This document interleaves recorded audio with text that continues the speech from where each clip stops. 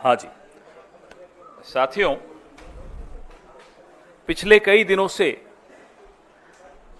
आप देख रहे हैं किस तरह का विमर्श हो रहा है।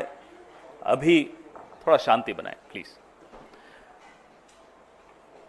युद्ध जब होता है या कॉन्फ्लिक्ट जब होता है तो युद्ध सिर्फ सीमाओं पर नहीं लड़ा जाता। सेनाएं बहादुरी से सीमाओं पर अपना काम मुस्तैदी से कर रही होती हैं।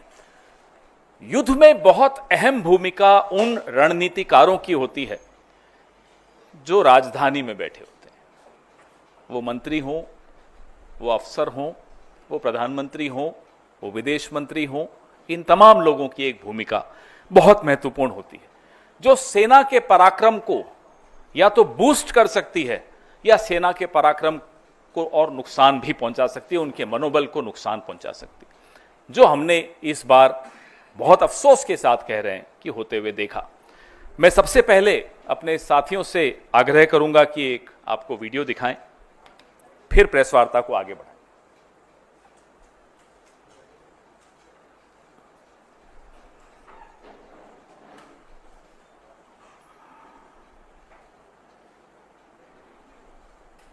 At the start of the operation, we had sent a message to Pakistan saying we are striking at terrorist infrastructure. We are not striking at the military. So the military has an option of standing out and not interfering in this process. They chose not to take that good advice.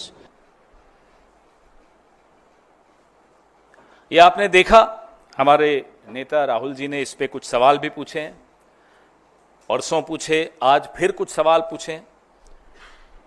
ये बहुत महत्वपूर्ण इसलिए हो जाता है कि पिछले पूरे एक हफ्ते में अमेरिकी राष्ट्रपति डोनाल्ड ट्रंप अलग अलग देशों में, जमीन पर, हवा में, हवाई जहाज में एक बात दोहराते रहे कि उन्होंने युद्ध रुकवाने में मध्यस्थता की। उन्होंने एक बहुत खौफनाक बात भी बोली कि उन्होंने भारत को व्यापार रोकने की धमकी देकर युद्ध रुकवाया। This is a very dangerous comment coming from the American President Donald Trump, that he threatened India, that he'll stop trade with India if the war doesn't stop. तो सिंदूर का सौदा होता रहा, प्रधानमंत्री चुप रहे। विदेश मंत्री के मुंह से एक शब्द नहीं निकल रहा, एक शब्द नहीं निकल रहा, दोनों के मुंह से नहीं निकल रहा। हमें नहीं मालूम कि ऐसी कौन सी सीक्रेट्स हैं, ऐसे कौन से रहस्य हैं मोदी जी के, जयशंकर जी के या भाजपा के और नेताओं के अमेरिका के पास, और मैं तो कहूंगा चीन के पास। न अमेरिका पे मुंह खुलता है, और चीन पर जब मुंह खुलता है तो सीधा क्लीन चिट देने के लिए खुलता है, और मुंह ही नहीं खुलता। कारण क्या है?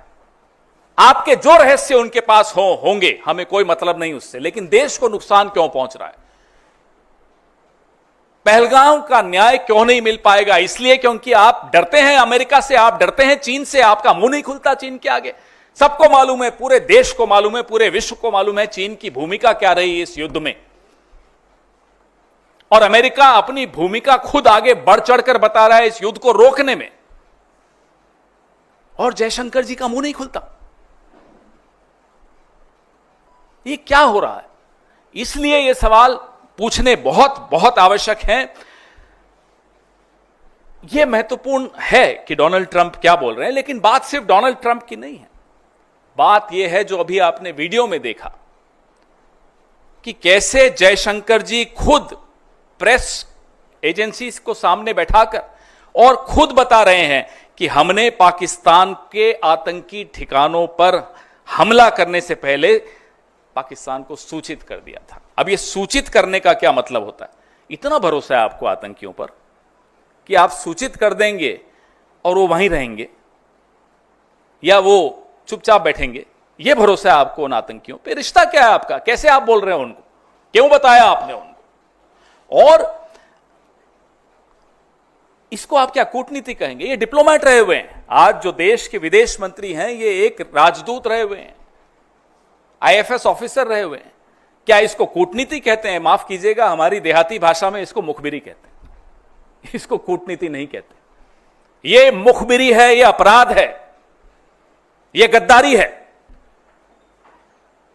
और उसके बाद लीपापोती पूरी कि मैंने ऐसा नहीं, अरे आपने तो खैर लीपापोती भी नहीं कि आपके विभाग से एक चिट्ठी आ गई कि ये ऐसा नहीं कहा। आपके मुंह से ये शब्द एक एक, यहां मीडिया कर्मी बैठा है, देश के हर नागरिक ने, विश्व के हर नागरिक ने देखा आपने क्या बोला कि हमने पाकिस्तान को बता दिया था कि हम सिर्फ आतंकी ठिकानों पर हमला करने जा रहे हैं। अब बताइए, मुखबिरी नहीं है तो क्या है? और मुखबिरी का इतिहास लंबा है, अभी उस पर भी आऊंगा मैं। अब हम यह जानना चाहते हैं, क्या इसी मुखबिरी की वजह से अजहर मसूद जिंदा भाग गया? क्या इसी मुखबिरी की वजह से हाफिज सईद भाग गया? यह हुआ क्या? क्या देश को यह जानने का हक नहीं है कि आपने पहले ही सूचित करके अजहर मसूद को बचाया? ये वही अजहर मसूद है जिसको पहले भी बचाया गया था। कंधार में जब IC 814 को हम छुड़वाने गए थे, तब इसी अजहर मसूद को हम जाकर उनको सुपुर्द करके आए थे। ये दूसरी बार बचाने की साजिश क्यों हो रही? क्यों बचाया गया अजहर मसूद को? कारण बताइए। ये जो बयान है विदेश मंत्री का बहुत संवेदनशील है। आतंकी ठिकाने, इस बयान के बाद पाकिस्तान ने उन ठिकानों का क्या किया होगा, खाली किए होंगे, नहीं किए होंगे, ये तो अजहर मसूद जिंदा है उसी से मालूम पड़ जाता है। और कितने आतंकी जिंदा बच के भाग गए होंगे, ये चिंता और ये सवाल हम सबके मन में है। We are right in being concerned and being worried about the future, the safety of our country. If we have forewarned Pakistan, then obviously most of the terrorists like Azhar Masood, like Hafiz Saeed would have escaped. Why did we allow that? That's a question, that's a concern which every single Indian faces today. And the minister and the prime minister must open their mouth and come out clean. अब कल खबर आई कि ISI के लिए काम करने वाले कुछ लोग, कुछ जासूस पकड़े गए। पहले भी खबर आई थी, DRDO का एक प्रदीप कुरुलकर संघ से बड़ा जुड़ा हुआ था, राष्ट्रीय स्वयंसेवक संघ से, पाकिस्तान को कुछ सूचनाएं गोपनीय देता था। क्या हुआ उसका? आपने उसके बाद सुना, हमने प्रेस वार्ताएं की, बार बार उस मुद्दे को उठाया। क्या हुई? लिपापोती हुई? हो क्या रहा है प्रदीप कुरुलकर का? तो आप बीच में कोई खबर आती है कि भाई ISI के लिए कोई ध्रुव सक्सेना काम करते हुए पकड़ा गया भारतीय जनता पार्टी का, फिर आता है प्रदीप कुरुलकर DRDO के साइंटिस्ट हैं, संघ से बड़े जुड़े हुए हैं, पूरा दूसरी तीसरी पीढ़ी संघ के साथ जुड़ी हुई है। क्या हुआ उनका? ये है क्या? ये क्या मुखबिरी का इतिहास है? ये क्या रिश्ता है आपका पाकिस्तान के साथ? ये हमें जानना जरूरी है, देश को जानना जरूरी, क्योंकि आज आप तमाम संस्थाओं पे कब्जा किए बैठे हैं, इसलिए ये जानना जरूरी है। नरेंद्र मोदी जी जब मुख्यमंत्री थे गुजरात के, तो एक लाइन बड़ी अच्छी बोलते थे, जो आज के लिए बिल्कुल उपयुक्त है, कि समस्या बॉर्डर पे नहीं है, समस्या दिल्ली में है। उसी समस्या के बारे में आज हम आपसे चर्चा कर रहे हैं कि यह समस्या दिल्ली में है, जो पाकिस्तान को पहले ही सूचित कर देती है कि पाकिस्तान हम आ रहे हैं, थोड़ा देख लेना। दूसरा वीडियो चलाइए। हम पर बड़ा बोला जाता है कि अरे राहुल जी का बयान पाकिस्तान के टीवी पे चल रहा है, हमारी सहयोगी सुप्रिया जी के लिए आया पाकिस्तान चला रहा है, मेरे लिए आया पाकिस्तान के टीवी पे चल रहा है। अब मैं बताता हूं पाकिस्तान के टीवी पे क्या दिया कि हम मजबूर हैं, हमने ये करना है, मगर फिक्र की कोई बात नहीं है, हमारे इरादे को जंग के नहीं है। हाँ, मिलिट्री के आपके निशाना नहीं बनाएंगे, हम टेररिस्ट के 4-5 ठिकाने हैं, वहाँ एक एक ठा कर देंगे। हाँ। और आंख मारी के निकाल लो लोगों को वहां से। जी, बताने का तो यही वहाँ तो यही तनकीद की जा रही है कि आपने तो अलर्ट कर दिया भाई। तो जाहिर है फिर वहां से अगर कोई था वहाँ, हाँ। बच्चे थे तो उनको निकालिए, फिर भी कुछ रह गए, फिर भी मारे गए, सिविलियंस मारे गए। तो इनका ये कहना है कि हमने तो आपको बता दिया था कि हम आ रहे हैं और आप, तो यार अगर सजा देनी थी तो ये ऐसे करते हैं। तो इसका कि ये पहले दिन से ये फरेब थे, ये सब एक ड्रामा था। ये अवाम को गुमराह कर रहे थे, अपनी अवाम को, और हमारे साथ जंग नहीं करना चाहते थे। अच्छा। अवाम को कह रहे थे हम इंतकाम करेंगे, हम जंग करेंगे, उनको सबक सिखाएंगे। की सबक है? तुम पहले कहते हो ऐसे आ रहे हो तो हट जाओ, रखते क्यों? एक ही गल हुई, यही किया ना जी। ये आप देख रहे हैं जयशंकर जी के चर्चे पाकिस्तान में टीवी पर चल रहे हैं और हंसी उड़ाई जा रही है हमारे मुल्क की। क्या बर्दाश्त करेंगे हम और आप? इस तरह से हमारे देश की 75 साल का एक बहुत, मैं कहूंगा, समृद्ध हमारी एक परंपराएं रही हैं, कन्वेंशंस रही हैं, एक रूल ऑफ लॉ है, डिप्लोमेसी है, सिद्धांतों पर हमारा देश चलता है। हम खुद कभी युद्ध नहीं करते, बिल्कुल सही बात है, हम सिर्फ रिटेलिएशन करते हैं, अपने इंटरेस्ट का प्रोटेक्शन करते हैं, हम अपने हितों की रक्षा करते हैं। और उसके बाद जयशंकर इस तरह का बयान दें जो पाकिस्तान में और पूरे देश में, पूरे विश्व में हमारी हंसी उड़ रही है। इसलिए राहुल गांधी बार बार कह रहे हैं कि आप जवाब दीजिए इस फोरवार्निंग से, ये जो आपने पहले ही पाकिस्तान को बता दिया, इससे देश को क्या नुकसान हुआ, यह हमारा लिए जानना बहुत जरूरी है। देश के कितने हवाई जहाज गिरे, देश को क्या नुकसान हुआ और कितने आतंकी बच के भाग गए, यह जानना हम सबके लिए बहुत जरूरी है। आप देश हित के मुद्दों पर ओछी राजनीति करते रहे जो पिछले 2-3 दिन से हो रही है, और आप सोचें कि विपक्ष चुप रहेगा। आप सोचें कि विपक्ष इतने जो संवेदनशील सवाल हैं, जो देश की गोपनीयता और सुरक्षा से जुड़े हुए हैं, देश के लॉन्ग टर्म इंटरेस्ट से जुड़े हुए हैं, देश के हितों से जुड़े हुए हैं, उस पर हम सवाल नहीं पूछेंगे तो आने वाली पीढ़ी हमको जवाब मांगेगी हमसे कि आप विपक्ष में थे, आप क्यों नहीं बोले। आपका तो जो करेगी आने वाली पीढ़ी वो आप देख ही लेंगे। हम ये सवाल पूछेंगे, आप हमारा मुंह नहीं बंद कर सकते, और अगर हम नहीं पूछेंगे तो पहलगाम, पुलवामा, इस तरह की घटनाएं होती रहेंगी, क्योंकि आप तो नाकारा निकले, इस तरह के काम करते हैं आप। तो ये कांड है, काम नहीं है, और ये कोई आज की बात नहीं है। मैं थोड़ा इतिहास में जरूर जाऊंगा, बहुत महत्वपूर्ण अध्याय है इतिहास का। मोरारजी देसाई, जनसंघ, जनता पार्टी सब मिलकर एक प्रधानमंत्री बनाया मोरारजी देसाई। मोरारजी देसाई ने, और ये रिकॉर्डेड हिस्ट्री है, कोई हवाबाजी व्हाट्सएप यूनिवर्सिटी और ये आईटी वाली ट्रोल नहीं है, रिकॉर्डेड हिस्ट्री है। मोरारजी देसाई ने फोन उठाकर जनरल जियाउल हक को कहा कि हमें राव वालों ने बताया है काहुता में आपका न्यूक्लियर क्या तैयारी चल रही है। पूरे डिटेल रॉ के हमारे जो इंफ्रास्ट्रक्चर था पाकिस्तान में, जो हमारे कैंप्स, वो सारा बता दिया उनको। कुछ हफ्तों में, हफ्ते भी नहीं, कुछ दिनों में हमने इतने रॉ के लोग गंवा दिए वहां, उनको पाकिस्तान ने गायब कर दिया, मार दिया, क्या किया हमें नहीं मालूम। और जो दशकों की मेहनत थी रॉ की, वो मोरारजी देसाई के जियाउल हक को एक फोन कॉल में खत्म कर दी। इसीलिए कहता हूं मुखबिरी का इतिहास है। और ये मोरारजी देसाई हैं, जैसा देश में हमारे भारत रत्न होता है ना, पाकिस्तान में निशाने पाकिस्तान होता है। मोरारजी देसाई को पाकिस्तान ने निशाने पाकिस्तान से नवाजा। हम चुप रहते हैं, इसका मतलब नहीं कि हम ये सब पीड़ा हम सब ने झेली नहीं, इस देश ने नहीं झेली। आज भी कीमत अदा कर रहे हैं मोरारजी देसाई के इस अपराध का, पाप का। ये पाप की श्रेणी में आता है जो मोरारजी देसाई ने किया, और ये पाप की श्रेणी में आता है जो एस जयशंकर ने किया, और ये पाप की श्रेणी में आता है जो प्रधानमंत्री की चुप्पी है, जो जयशंकर की चुप्पी है चीन और अमेरिका को लेकर। इससे बड़ा पाप इस देश में किसी सरकार ने, किसी विदेश मंत्री ने, किसी प्रधानमंत्री ने नहीं किया, जो मोरारजी देसाई ने किया, जो नरेंद्र मोदी ने किया, और जो एस जयशंकर अभी कर रहे हैं इस देश के साथ। यह गुस्सा हम सबके दिलों में है, क्योंकि हमारे सैनिक पूरा पराक्रम दिखाकर पाकिस्तान को घुटनों पर ले आते हैं, और अचानक डोनाल्ड ट्रंप आते हैं और कहते हैं सीज फायर मैंने करवाया। टेलीविजन चैनल्स हम सबको में जोश भरते हैं कि इस्लामाबाद कब्जे में आ रहा है, कराची पे हमला हो गया है। बीच में डोनाल्ड ट्रंप आते हैं, बैठ जाइए, हो गया सीज फायर, और मोदी चुप। सिंदूर से सौदा मंजूर नहीं है, देश के प्रति गद्दारी मंजूर नहीं है। वो कोई हो, किसी भी पद पर बैठा हो, देश के प्रति गद्दारी अगर करेगा तो हम सवाल पूछेंगे और जनता उसको जवाब देगी। आपके सवाल।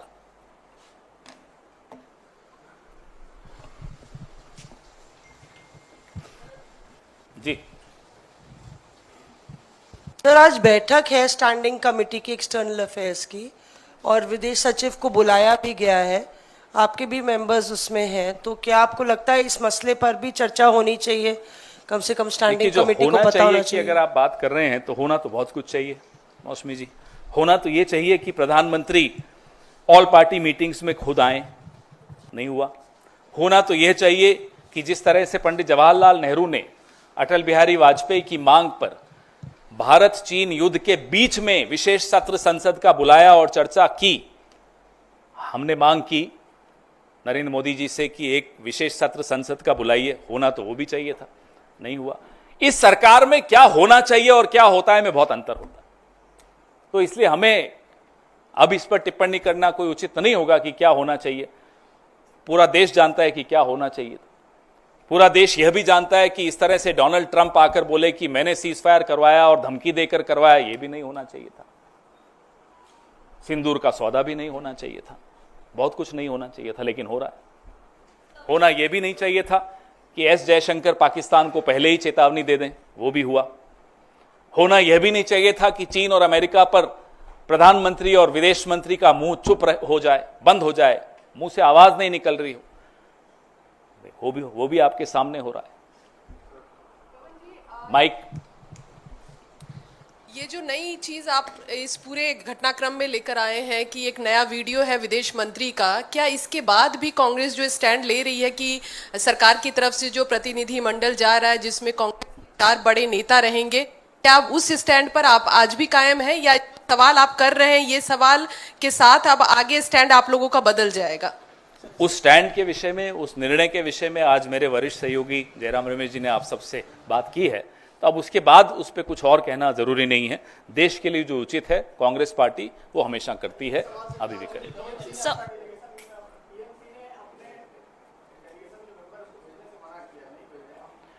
कांग्रेस पार्टी ने अपना जो स्टैंड है अभी कुछ देर पहले जयराम रमेश जी ने स्पष्ट कर दिया है। इस विषय में और कोई टिप्पणी करना आवश्यक नहीं है। एक सेकंड। विदेश मंत्रालय की तरफ से पहले भी सफाई आई है, उन्होंने ये कहा है कि अब भ्रामक तरीके से तथ्य को गलत तरीके से आपने पेश कर रहे शब्द हैं। सुने? नहीं सर, उसमें एक चीज उन्होंने ये कही है, उसमें ये कहा है कि विदेश मंत्री का जो बयान है वो उसके बाद जब ये ऑपरेशन सिंदूर हो गया और ये कहा गया कि किसी सैन्य ठिकाने को निशाना नहीं बनाया गया, ये जानकारी पाकिस्तान एट को द दी गई। स्टार्ट का हिंदी अनुवाद कोई और कर ले, मैंने तो करके देख लिया, कईयों से करवाया, जिनको हिंदी और इंग्लिश दोनों आती है, मुझे भी थोड़ी बहुत आती है दोनों भाषाएं। एट द स्टार्ट का मतलब आप मुझे समझाइए। At the start Raman ji आप बता दीजिए, कोई तो बताओ, आप तो हिंदी भी अच्छी जानते हैं सब। एट द स्टार्ट का मतलब क्या होता है? हमें मूर्ख बनाते हो, देश को मूर्ख बनाते हो, खुद बोलते हो और उसका नतीजा भी सबको दिखता है, तो अब जब विपक्ष सवाल पूछ रहा है तो हमें अंग्रेजी हिंदी सिखाने लगे हो, यह क्या मतलब है? हमें अभी कोई पूछ रहा था कि भाई डोनाल्ड ट्रंप तो दोस्त हैं मोदी जी के, 6 महीने हो गए राष्ट्रपति बने हुए, भारत में अमेरिका का कोई राजदूत नहीं बना। हमने कहा है ना, जयशंकर जी बैठे तो हैं जी। Mic. Sir, this is a question related to, BJP has again racked up this issue of Congress office in Turkey. So, this. So if one is that.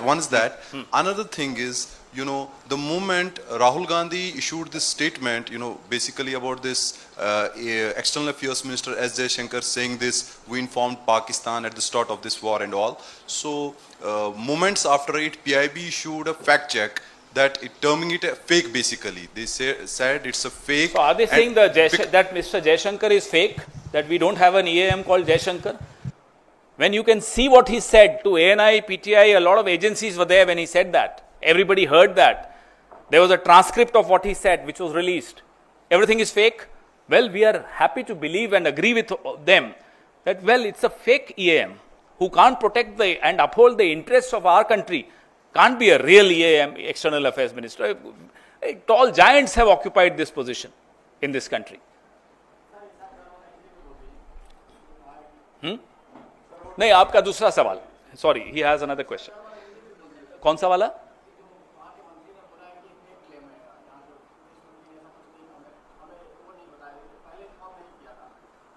नहीं, पहले इनका जवाब दूं फिर आप सवाल पूछिएगा। सो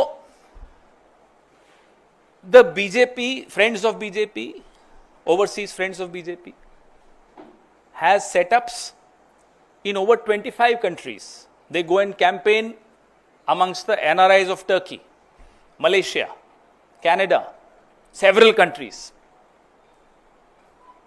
What does it mean? Are they working against the interests of India? Overseas setups of any party, any national party, are there to target the diaspora. There are times when they are also used to do track 2, track 3. BJP can do it. They did it in 2014. So that is forgiven. But because the Congress is doing it, that's not, it's wrong. The BJP and RSS can go to China when Mr. Gadkari was the president of the BJP. And Ram Madhav used to take delegations to China to do some training sessions from CCP, the Communist Party of China. What training did you want from Communist Party of China? That's forgiven. So, the BJP should not open its mouth. That will be the best service to the nation. But if they open their mouth, they should first read their own history. Before they became BJP, what was their history? Before they became Jansangh, what was their history? Before they became Hindu Mahasabha, what was their history? And what are they doing today? They will never open their mouth against the Congress. It's a long history of, I am sorry to use the word, I hate using this word, of anti-national stands that they have taken. Whether when we were fighting the British or when we were strengthening RAW against Pakistan. You know, Mr. Morarji Desai also told America that he was absolutely opposed to the nuclear tests done by Indira Ji. Do you know there was a charge against Morarji Desai by a leading journalist of America that he was on the payroll of CIA? That case continued for several years in Chicago. And Mr. Morarji Desai lost that case. That journalist was given a clean chit. That journalist accused Morarji Desai of passing on secrets to America from the government. So if we start talking about their horrible history, they would not know where to hide. Nishan-e-Pakistan, Morarji Desai. Their hero of emergency, their hero of 1977 to 79. This is what he was doing. One question. Sir, you are also asking about the aircrafts, how many aircrafts have been hit during this operation. Don't you think that being the grand old party, you should ask these questions in an internal meeting? Because where is the internal meeting? We want the internal meeting. But sir, these are sensitive issues and there are some confidential matters which cannot be discussed in the public domain. Is it right on the part of Congress party to do so? We have been asking them, Mr. Prime Minister, please attend the meeting, all party meeting. No. We've been asking them, please have a special session of Parliament. No. In the last meeting of the all party meeting, there was not even a presentation made. No officer, no one. Why? As a party, now that there is cessation of the conflict, the country needs to have these answers, because we would not have asked this question had Mr. Jaishankar not made this criminal comment that he had forewarned Pakistan. This is not acceptable under any circumstances. Nation first, I'm sorry. Everything comes later. पवन जी इधर से पहले आप किस आप तय कर लीजिए। नहीं, वो उन्होंने आपके दोस्त ज्यादा हैं। नहीं, दोस्त तो आप भी अच्छा हैं, ठीक लेकिन मैं पूछूं? अच्छा चलिए अल्फाबेटिकली चलते हैं। एक से जिसका नाम है वो। पवन जी, पहली बात तो यह कि जयराम रमेश ने अपने ट्वीट में कहा कि राहुल गांधी ने 4 नाम तय किए। उन 4 में से 2 ने कह दिया कि हम तो पार्टी लाइन के साथ हैं, 2 ने कह दिया हम जाएंगे। सवाल यह है कि जो जा रहे हैं वो क्या आपसे पूछ के जा रहे हैं, और अगर पूछ के नहीं जा रहे हैं तो क्या ये अनुशासनहीनता के दायरे में आता है या नहीं? देश के लिए हमने निर्णय लिया। जयराम रमेश जी ने आज सबसे आपसे बात की थी। अब इस विषय में और सरकार तो विवाद पैदा करना चाहती है हर जगह। मुझे नहीं लगता कि एक जिम्मेदार राजनीतिक दल की हैसियत से हम इसको विवाद बनाएं। सरकार की जो मंशा है वो करती रहे, विवाद बनाती रहे। मुझे लगता है कि इस विषय में और कोई सवाल अब बचा नहीं। सर मेरा सवाल है कि जो पीसी जिस मुद्दे पे हो रही है, जो पाकिस्तान के मंत्री हैं इसाक डार साहब, उनका कहना है कि हमें तो उन्होंने सूचित किया नहीं, हमारे पास कोई जानकारी नहीं, किसको उन्होंने जानकारी दी थी कि हम आपको अटैक करने वाले हैं, तो इसका क्या मतलब निकाला जाए? अब पाकिस्तान इन्हें क्लीन चिट दे रहा है और अब ये पाकिस्तान की क्लीन चिट पे निर्भर होंगे, देख लीजिएगा। यूं तो दुश्मन है पाकिस्तान, लेकिन जब क्लीन चिट देता है तो दोस्त हो जाता है। ये क्या चल रहा है साहब, ये चल क्या रहा है, यही तो हम जानना चाहते हैं। पाकिस्तान के चैनल्स पे जरा कांग्रेस के किसी लीडर का नाम आ जाए तो उछल कूद पूरे आपके यहां शाम को प्राइम टाइम पे सब उछल रहे होते हैं। नहीं हंसो मत, उछल ही रहे होते हैं सब। देखिए पाकिस्तान के टीवी पर कांग्रेस के नेताओं का बयान, अब देखिए पाकिस्तान के टीवी पर एस जयशंकर का बयान। उछलेंगे आज टीवी पर, होगा प्राइम टाइम डिबेट, बताइए। Pawan ji mike this side sir, Shashi Tharoor told that openly that Rashtra is a first, nation is a first. For all of us it is. For all Shashi of us Tharoor it is. told I think about this issue is closed now. Let's not revisit the issue.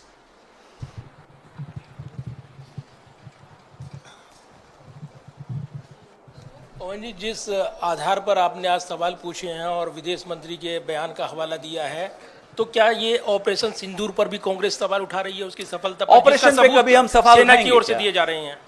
सेना ने जितनी बहादुरी से काम किया, पाकिस्तान घुटनों पर आ गया। लेकिन जो यहां हमारा राजनीतिक नेतृत्व बैठा है, वो माफ कीजिएगा, डोनाल्ड ट्रंप के आगे घुटनों पर है, चीन के आगे घुटनों पर है। ये बर्दाश्त नहीं होगा। सेना का मनोबल मत गिराइए। ये हम बार बार जयशंकर से भी कहते हैं, बार बार नरेंद्र मोदी जी से भी कहते हैं। सर, अभी आपने अभी आपने कहा था कि राहुल गांधी जी ने भी कहा कि हमारे कितने एयरक्राफ्ट गिरे हैं, देश को कितना नुकसान पहुंचा है बॉर्डर पर, जो भी अभी लड़ाई हुई थी पहलगाम की, जो भी एयर स्ट्राइक हुई थी। लेकिन अभी कुछ प्रतिनिधि जा रहे हैं बाहर, वो ऑपरेशन सिंदूर की सफलता को बताएंगे, तो इसमें आप क्या? ना केवल ऑपरेशन सिंदूर की सफलता को बताएंगे, पाकिस्तान को एक्सपोज करना आवश्यक है। पाकिस्तान को विश्व समुदाय के सामने 26/11 के बाद जिस तरह से हमने डिप्लोमेटिक इनिशिएटिव्स लिए थे, पूरे विश्व के सामने पाकिस्तान को अलग थलग कर दिया था। FATF में भी पाकिस्तान को शामिल किया गया था। ये मनमोहन सिंह जी की सूझबूझ उस वक्त सबने देखी। आज सरकार को कांग्रेस से एक बात सीख ली सरकार ने, हमें खुशी है इस बात की कि देश को एक आवाज में बोलना चाहिए। और जब देश एक आवाज में सुनता है तो पाकिस्तान की औकात नहीं है कि वो ये IMF से पैसे ले आए।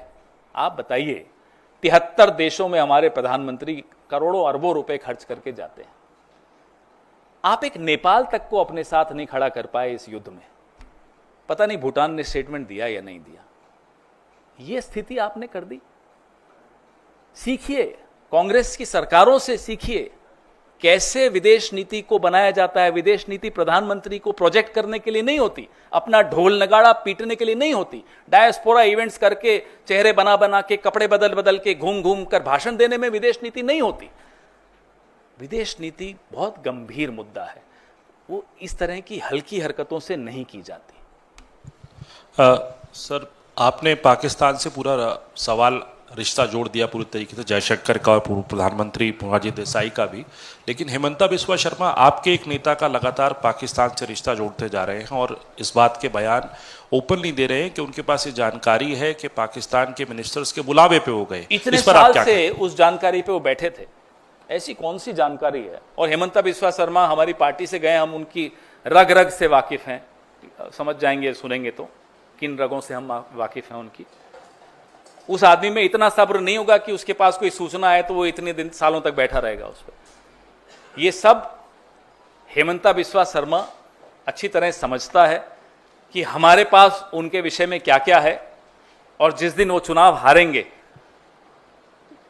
तिहाड़ या गुवाहाटी की कौन सी जेल है हमें नहीं मालूम, एक जेल में वो हमें भी भेजना चाह रहे थे, हो सकता है उसमें हो, किसी न किसी जेल में ही उनको अब अपना समय बिताना पड़ेगा। जिस तरह की हरकतें उन्होंने की हैं जब से वो मुख्यमंत्री बने।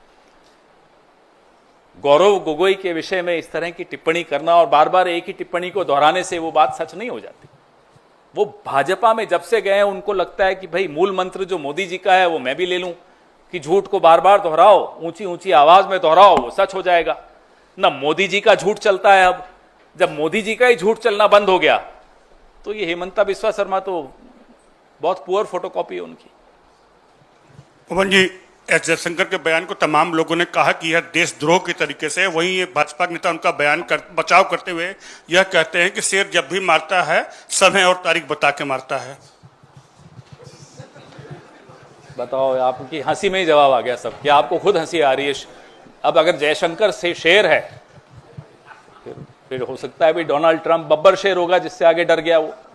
क्यों डरते हो जयशंकर जी? जयशंकर जी ने एक और बड़ा मजेदार बयान दिया था कि चीन तो हमसे बड़ी अर्थव्यवस्था है, अब क्या मैं उनसे लड़ूं? ये उनका बयान था।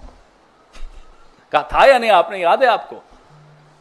तो प्रधानमंत्री क्लीन चिट देते हैं चीन को, जयशंकर कहते हैं चीन हमसे बड़ा है, हम तो नहीं लड़ सकते। अरे 7वां बेड़ा जिस देश ने भेजा था वो भी हमसे बड़ा था, अमेरिका। और 1971 में भारत इतना समृद्ध नहीं था जितना आज है, जितना इस सदी में हुआ है। तब भी हमारे में इतनी ताकत थी कि हमने अमेरिका की भी बात अनसुनी की और अपना काम हासिल किया। जयशंकर जी को कहिए जरा पढ़ लें, तब भी शायद ये सर्विस में रहे होंगे। क्या माहौल बना, अपने आप को शेर खिलाने की बड़ी सबकी बीमारी लग गई है। मोदी जी भी देखो, मैं मगरमच्छ पकड़ लिया बचपन में, और अभी डोनाल्ड ट्रंप के आगे मुंह नहीं खुलता। अरे जो बचपन में मगरमच्छ पकड़ा था, तो अभी डोनाल्ड ट्रंप से तो कुछ जवाब तो दे दो। ये अपने बारे में भ्रांतियां फैलाने का बड़ा शौक होता है। ये सब हिंदी पिक्चरें देख देख कर शायद बड़े हुए हैं। Sir, Ashoka University Associate Professor, Professor Ali Khan Mahmoodabad has been arrested by the Haryana police. 2 FIRs have been slapped on him. He's approached the Supreme Court. Congress President Mr. Kharge has also tweeted. He in fact pointed out in a social media post about the hypocrisy of what's the optics and what's being applied on the ground. Would you want to react on that? Of course, we completely stand by anybody who shows the mirror to the government. It's not anti-national to show the mirror to the government, whichever the government is, whichever party is the ruling party. Ali Khan Mahmoodabad is the grandson of Jagat Mehta. Jagat Mehta was the foreign secretary of when Mr. Atal Bihari Vajpayee was the foreign minister between 76 and 79. We've all known the family. His father's side rejected the idea of Pakistan and shifted to India. Raja Mahmoodabad, his father Suleiman ji, was an MLA in Uttar Pradesh for several terms. Ali is an academic, he's a historian, and we all read him. And he's a brilliant academic, there's no doubt about it. What he's questioned the government is on the double standards. On the one hand, your leaders go around town seeing the name boards of shops. There should not be a Muslim name. Remove all the boards. Have names. There are lynchings. There is an economic boycott being asked for of Muslim traders. On the other hand, then you show Colonel Sophia Qureshi. Colonel Sophia Qureshi is the normal in this country. It's not something for BJP, it may be something rare. This is this country's DNA. But the BJP's DNA is what Mr. Ali Khan Mahmoodabad exposed, and exposed very wisely. Nothing wrong in what he did. We've all been exposing the government, we've all been questioning the government on these double standards. When the Prime Minister says कि कपड़े देख के पहचान लेते हैं, and their own minister, the kind of remarks he made on Colonel Sophia Qureshi, that's the real BJP for you. The other deputy chief minister, the kind of remarks they made on the army, that's the real BJP for you. And Colonel Sophia Qureshi is the real India for you. So it's the real India versus the real BJP. Believe me, the real India will win and the real BJP will lose. देखिए, जो द्वंद्व चल रहा है ना, असली भाजपा और असली भारत में चलता है। कर्नल सोफिया कुरैशी असली भारत है। भारत की तासीर यही है, भारत का डीएनए यही है जो है। सबको एक माना जाता है, कोई भेदभाव होता नहीं है भारत में, न संविधान में है, न हमारे आपके जहन में है। लेकिन बीजेपी वो भेदभाव जो है हम लोगों के जहन में डालने की कोशिश करती है। जब प्रधानमंत्री कहते हैं कपड़ों से पहचान लेते हैं, शमशान, कब्रिस्तान, फिर लिंचिंग करना, फिर इनके नेता जा के दुकानों के नाम, भाई इस पे दुकानदार का नाम होना चाहिए, हिंदू है या मुसलमान। वो असली भाजपा है। तो अली खान महमूदाबाद ने असली भाजपा को एक्सपोज किया और असली भारत को बताया कि यह है असली भारत। कर्नल सोफिया कुरैशी में हमें हैरानी क्यों हो रही है? क्या क्योंकि उनका नाम सोफिया कुरैशी है वो कर्नल नहीं हो सकती? अब्दुल हमीद, किसको नहीं मालूम ये नाम? ये नॉर्मल है हिंदुस्तान के लिए, लेकिन भारतीय जनता पार्टी को ये असामान्य लगता है। इसलिए बार बार वो, और फिर भी बेचारे, जैसे उनकी तासीर है, जैसा उनका डीएनए है बीजेपी का, वो तो वैसा ही रहेगा, थोड़ा बदल सकता है। फिर उनके मंत्री कह देते हैं आतंकियों की बहन। यही कहा ना, असली भाजपा ये है और असली भारत कर्नल सोफिया कुरैशी है। यह अंतर अली खान महमूदाबाद ने बताया और बड़ी खूबसूरती से बताया। और यह अली खान महमूदाबाद कौन है इनको मालूम है। मुझे नहीं लगता इस सरकार को ज्यादा पढ़ने लिखने से मतलब है, होता तो शायद थोड़ा समझदारी से काम लेते। इनके नाना भारत के पूर्व विदेश सचिव जगत मेहता, अटल बिहारी वाजपेयी जब विदेश मंत्री थे तो जगत मेहता उनके विदेश सचिव थे। उनको बाद में 2001 या 2 में पद्म भूषण भी मिला। ये एक एकेडमिक व्यक्ति है, स्कॉलर है, इतिहासकार है। और उनकी फेसबुक पोस्ट आपने भी देखी होगी, मैंने तो 3-4 बार पढ़ी कि भी इसमें गलत क्या है। फिर मैंने और साथियों से पूछा क्या कोई और फेसबुक पोस्ट है जिस पर एफआईआर? बोले नहीं, इसी पर हुई है। क्या गलत है साहब?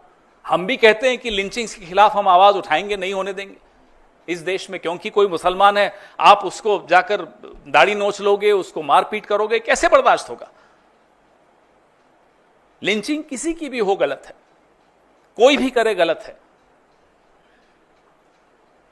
तो ये आवाज उठाना मुझे लगता नहीं है कि गलत था, बहुत सही था, हम उनके साथ हैं।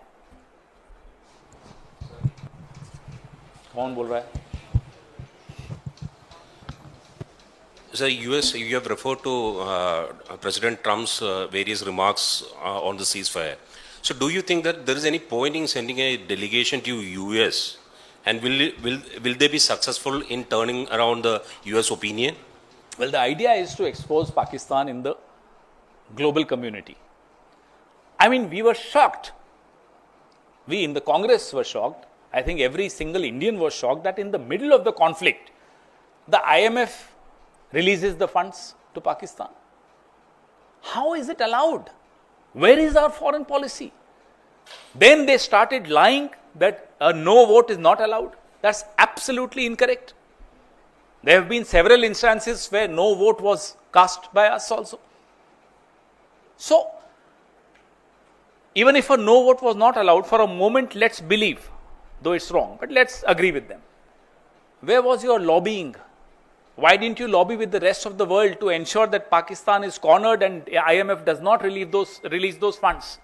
Why was that not done? So it's important to expose Pakistan in the eyes of the world. I think that that answers your question. Anything else? Only on this though. Thank you.